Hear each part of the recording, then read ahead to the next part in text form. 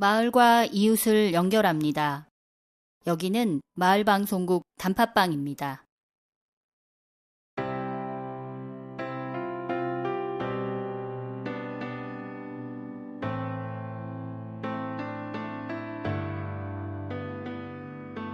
(2025년) 을사년 푸른 뱀의 해 1월 셋째 주 고소한 목요일입니다.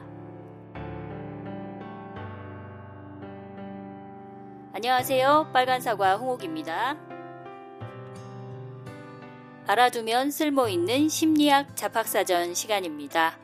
오늘도 심리학 박사 신은삼 선생님과 함께합니다. 선생님 안녕하세요. 안녕하세요. 2025년 새해가 밝았습니다. 그렇네요. 네, 하지만 작년 12월에 너무 충격적인 일들이 발생해서 그런지 새해다 하는 느낌은 들지 않네요. 저도 그래요. 작년 12월 3일 이후 나라 전체가 불안정하고 미래에 대한 불확실성이 지속되다 보니까 잠도 잘 못 자고 그날 이후 생긴 피부 발진도 낫지를 않고 있네요. 연말에는 또 너무나 안타까운 비행기 사고까지 발생해서 마음의 안정을 유지하기가 어렵습니다. 이런 불확실한 상황이 길어질 때에는 몸과 마음을 잘 유지할 수 있도록 해야 할 것 같아요. 뉴스도 적당히 조절하면서 보셔야 할 것 같고요. 우리가 연말 연시가 되면 송구영신이란 말을 쓰잖아요. 옛것을 보내고 새로운 것을 맞이한다는 의미인데 옛것이 아직까지 끝나지 않은 상태라서 새 것을 맞이하기가 쉽지 않습니다. 그렇습니다. 비상계엄의 여파가 아직까지도 지속되고 있고 비행기 사고의 원인이 확실하게 밝혀지지도 않았죠. 보통 항공기 사고 조사는 최소 6개월 이상 걸린다고 하는데요. 이 자리를 빌어 항공기 참사 희생자분들의 명복을 빕니다. 저도 제주항공 참사 희생자분들의 명복을 빌고 유가족들에게 위로의 말씀을 드리고 싶습니다. 그리고 헌법재판소에서 탄핵 심리가 시작이 됐습니다. 빠른 시일 내에 결정돼서 이런 상황이 일단락되었으면 좋겠네요. 지난 12월 3일에 계엄이 성공했다면 아마 우린 지금 이런 대화를 하지 못하고 있겠죠. 원래 계엄이 선포된다고 하더라도 국회는 철저히 보호해야 하는 게 원칙이래요.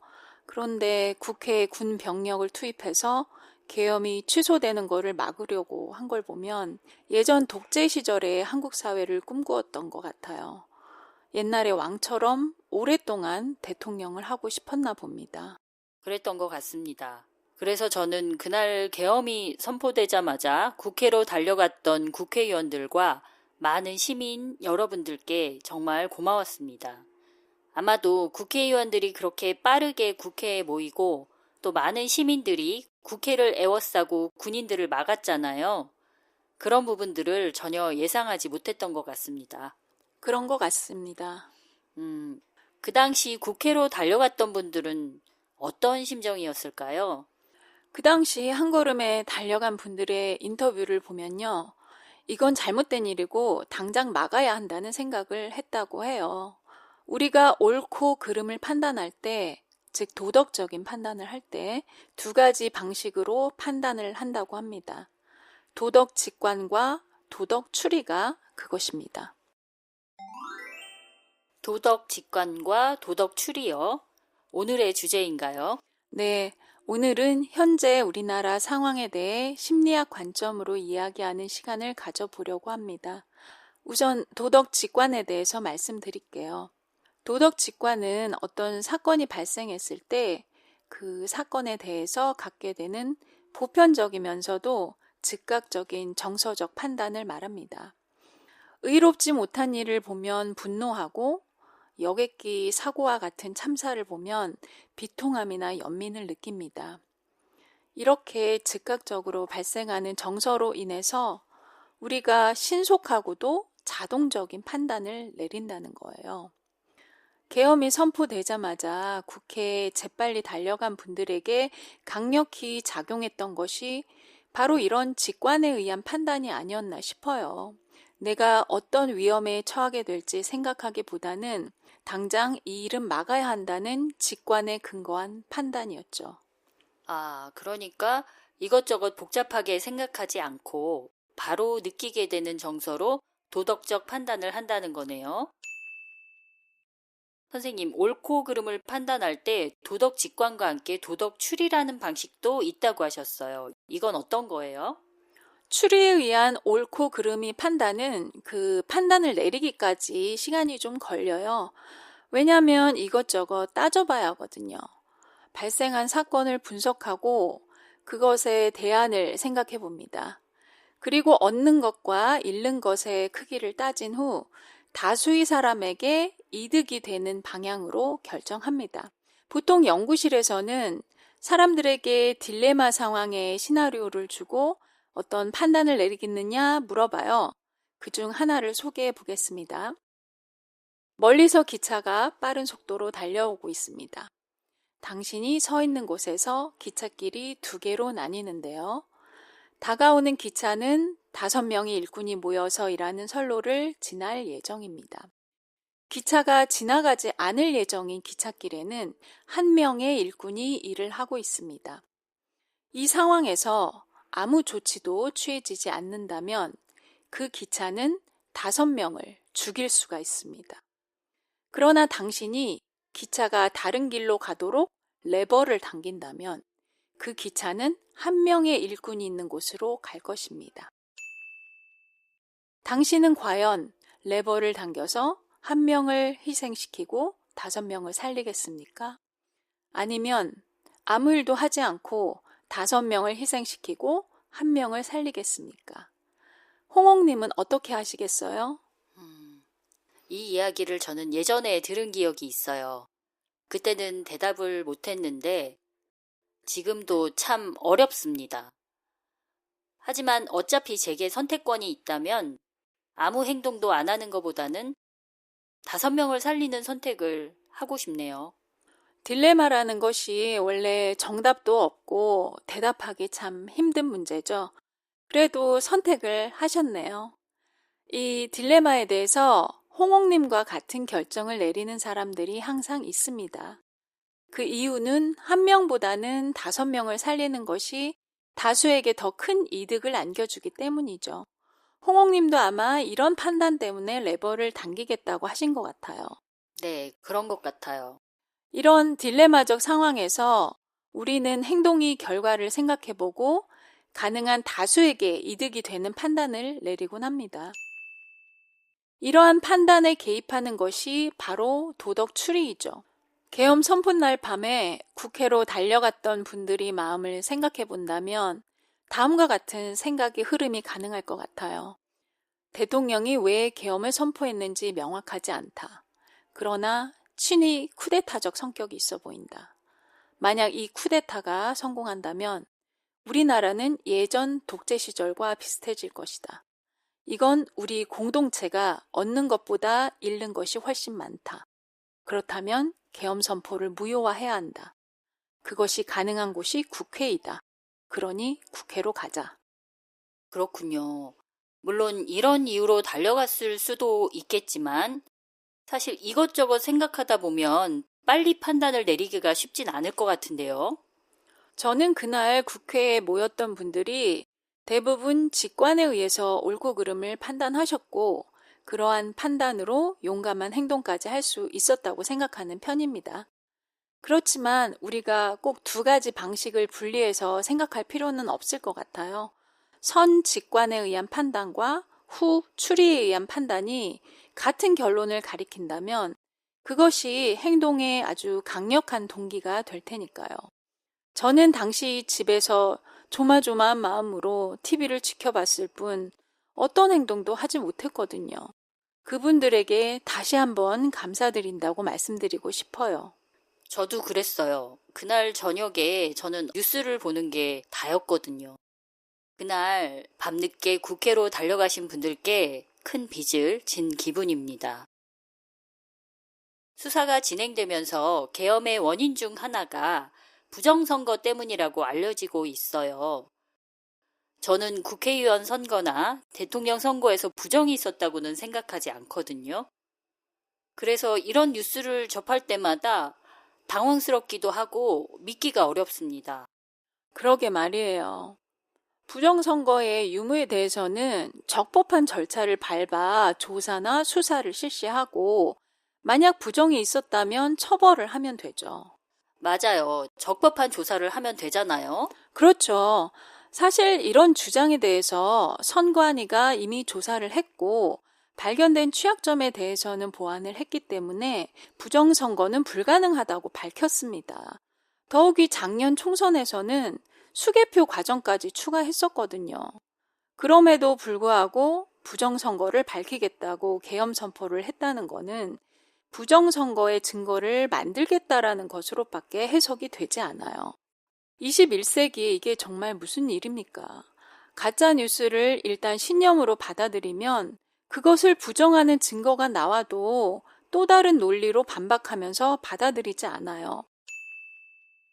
대통령 선거 때가 되면 미국이나 우리나라나 가짜 뉴스가 지독하게 횡행합니다.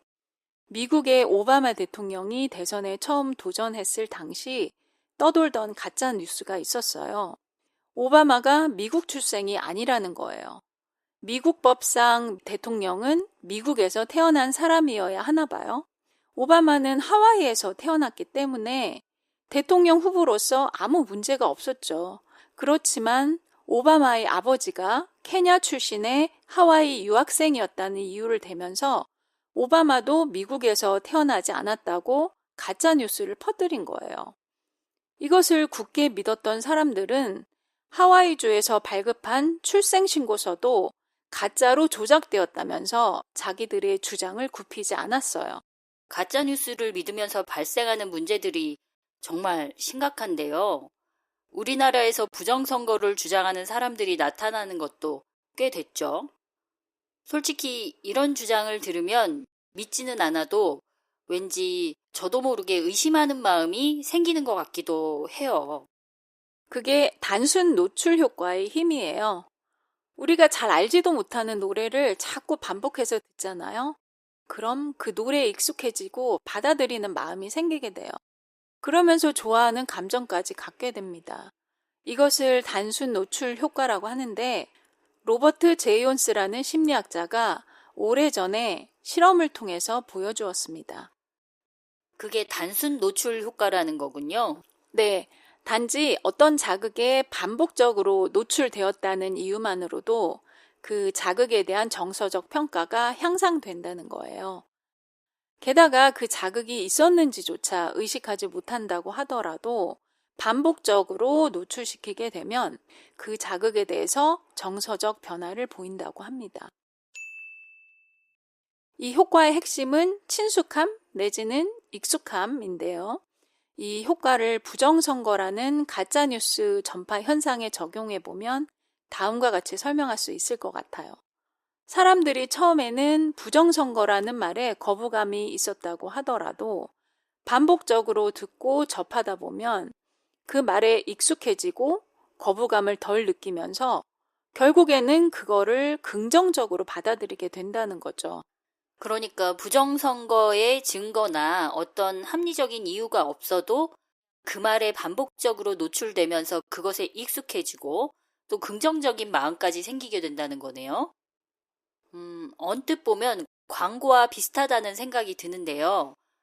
우리가 어떤 상품을 광고하는 이유가 그 상품을 많은 사람에게 알리는 게 목적이겠지만 그 광고에 자주 노출이 되다 보면 그 상품에 대해 좋은 느낌을 갖게 되는 경우도 많잖아요.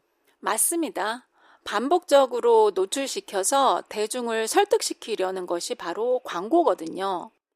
우리 인간의 뇌 중 대뇌피질은 복잡한 사고를 담당해요. 그런데 이 단순 노출 효과로 인해서 생기는 정서적 변화는 대뇌피질보다는 원초적 기능을 담당하는 대뇌피질 아래에 있는 뇌 영역들의 작용으로 인해서 나타나거든요. 그래서 어떤 논리나 합리성을 따지지 않아요. 그냥 받아들이는 거예요. 그래서 더 강력한 효과를 낼 수 있는 거죠. 논리도 필요 없고 합리적인지 아닌지도 중요하지 않다. 말씀을 들으니 조금 무섭기도 합니다. 부정선거 논란은 사실 우리나라뿐만 아니라 미국에서도 트럼프가 재선에서 실패한 이후 지속적으로 제기되었던 이슈예요. 트럼프가 바이든에게 패배하자 그 결과를 받아들이기는커녕 부정선거에 의한 결과라고 지지자들을 선동했어요.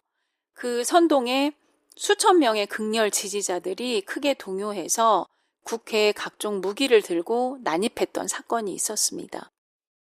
이날은 2021년 1월 6일로 바이든이 대통령에 당선되었음을 국회에서 확인하는 날이었죠. 그 후 미국에서는 이날을 국가의 민주주의가 추락했던 충격의 날로 기억하고 있어요. 아, 그런 일이 있었군요. 그래도 미국과 크게 다른 점이 있네요. 우리나라 시민들은 국회를 지키기 위해서 달려간 거지 국회를 무너뜨리기 위해서 간 게 아니잖아요. 그렇습니다. 바로 이 점 때문에 저는 희망을 봅니다. 우리 국민은 민주주의를 성숙시키고 발전시킬 수 있는 저력이 있다고 생각해요.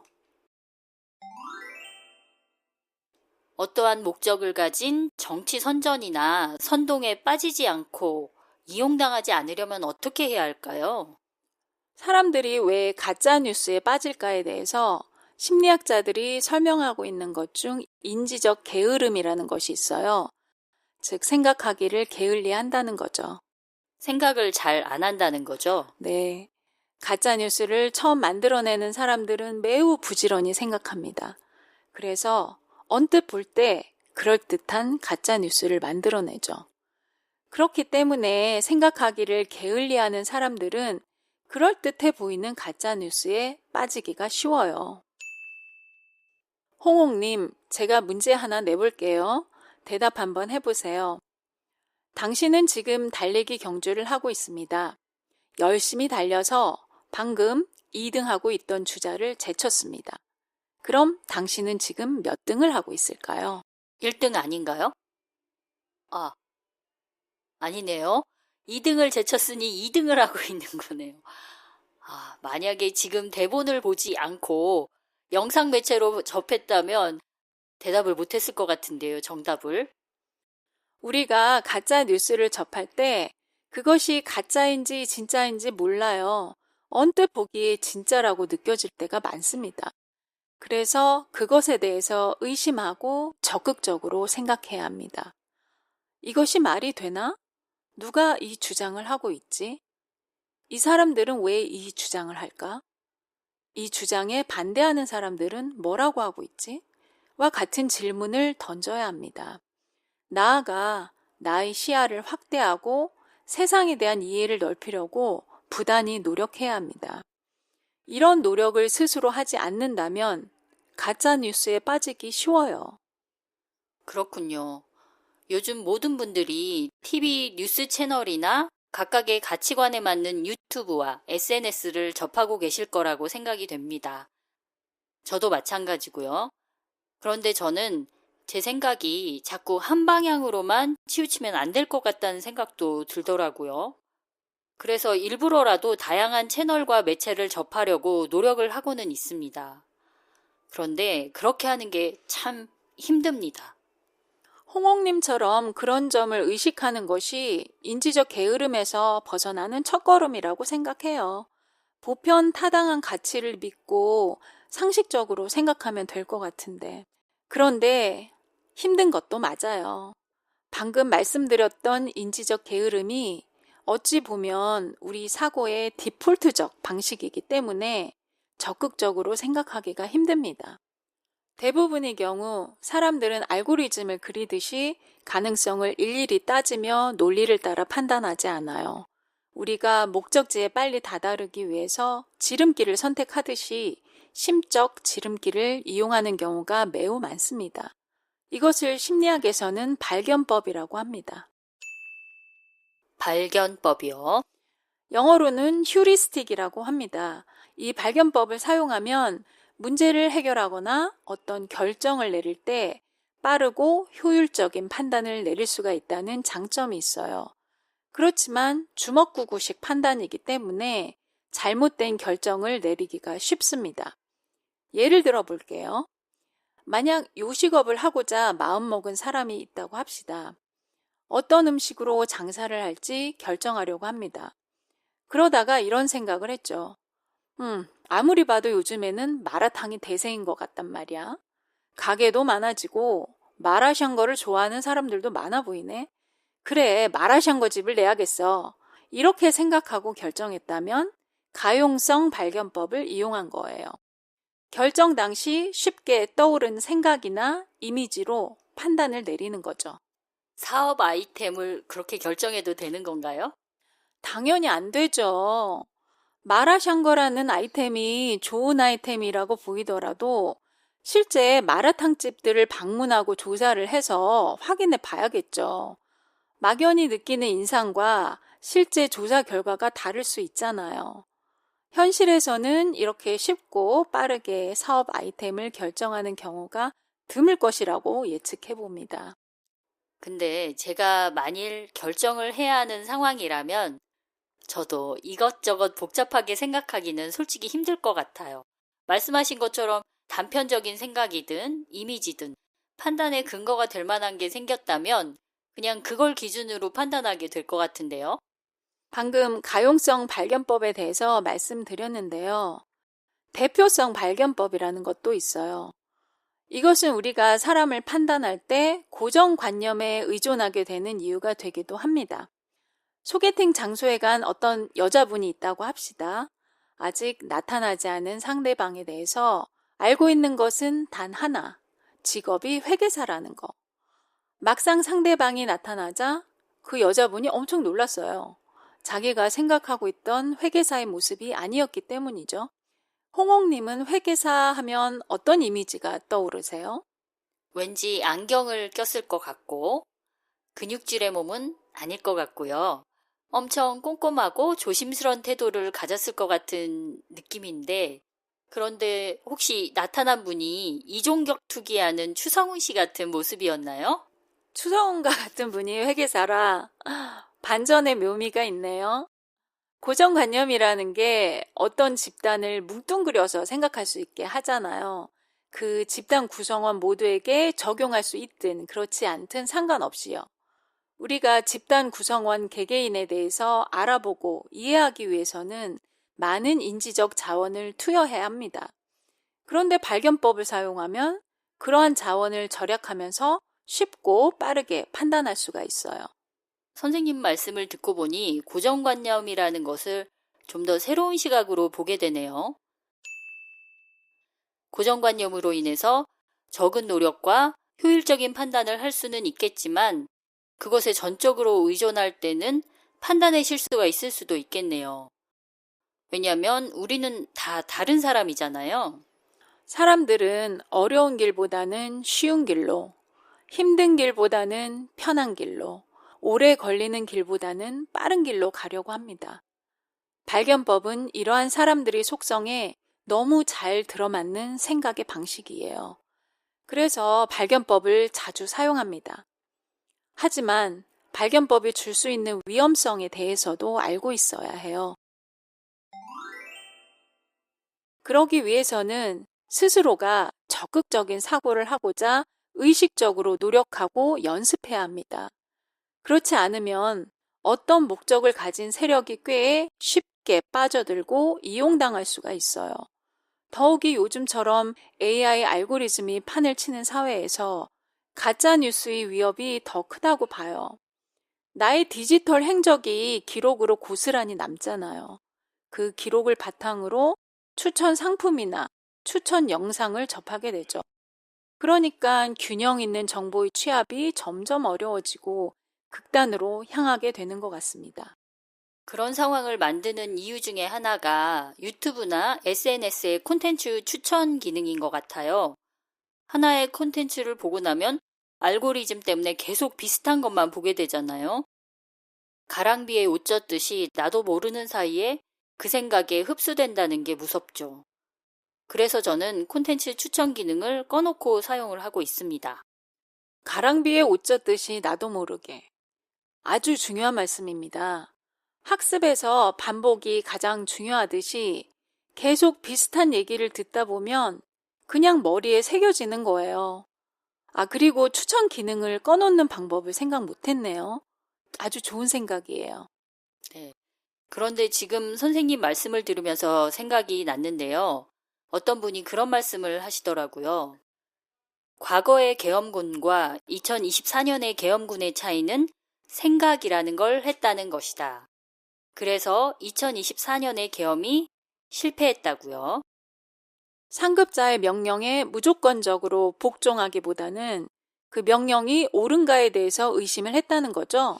네, 계엄 선포하는 날 국회에 투입되었던 군인들이 주저했던 행동을 보였었잖아요. 비상계엄이 단시간에 끝이 났기 때문에 별일 아니었다고 생각하는 분들이 계실지 모르겠어요. 단시간에 끝났다 하더라도 대통령과 그의 가담 내지는 동조, 방조한 사람들의 행위는 민주주의의 근간을 흔드는 잘못된 행위였습니다. 또 선포 당시의 충격에서 벗어나 지금은 어떤 식으로든 안정되기만을 원하는 분들도 계실 겁니다. 각 개개인이 그 사건을 어떻게 받아들이고 있든 우리 모두 그날 같은 일을 겪었습니다.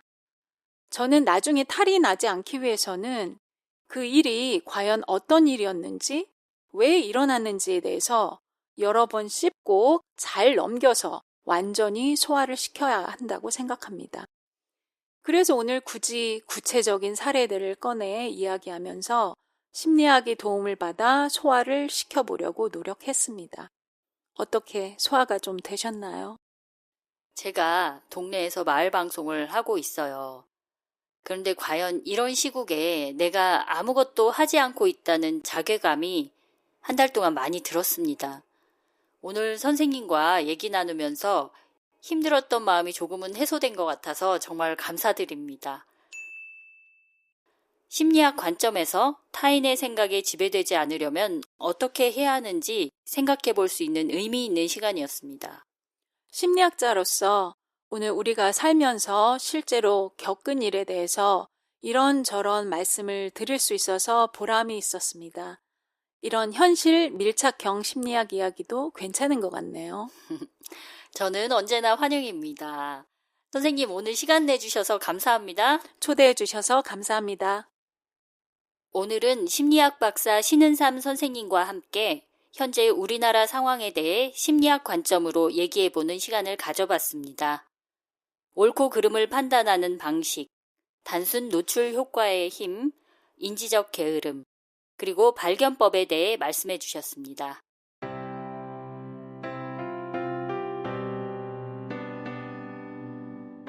이 대본은 2025년 1월 둘째 주에 작성이 되었고 1월 셋째 주 목요일에 방송이 됩니다. 그때는 좀 더 편안한 마음으로 일상을 회복한 상태로 이 방송을 듣게 되기를 바라봅니다. 다시 한번 제주항공 참사 희생자분들의 명복을 빕니다.